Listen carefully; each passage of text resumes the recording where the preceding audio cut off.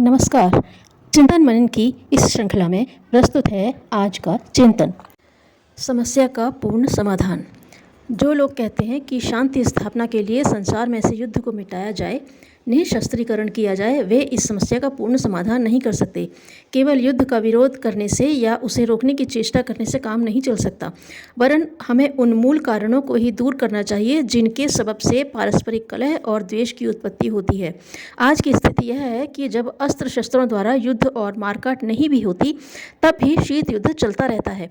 अर्थात विभिन्न राष्ट्र अपने प्रतिद्वंदियों को डराने धमकाने के लिए अपनी शक्ति का अप्रत्यक्ष रूप से प्रदर्शन करते रहते हैं, जिससे अशांति का वातावरण पैदा होता है और वही बढ़ते बढ़ते अंत में युद्ध के रूप में फूट पड़ता है।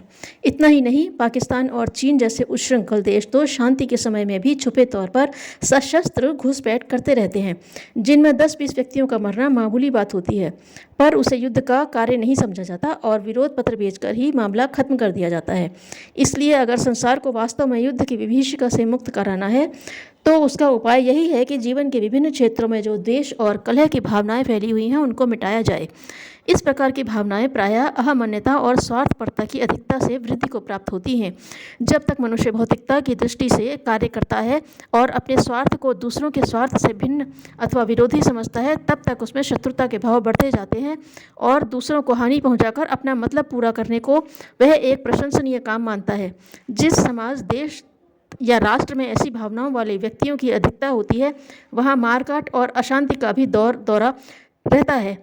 पर जब मनुष्य अपने भीतर रहने वाली चैतन्य सत्ता को समझ जाता है और यह भी अनुभव करने लगता है कि सभी मनुष्यों में वही एक सत्ता काम कर रही है, तो उसकी भेदभाव की दृष्टि मिटने लगती है और वह अध्यात्म पथ का पथिक बनकर सहयोग और मेल जोल का जीवन व्यतीत करने लगता है।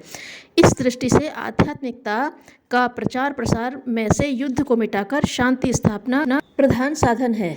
धन्यवाद।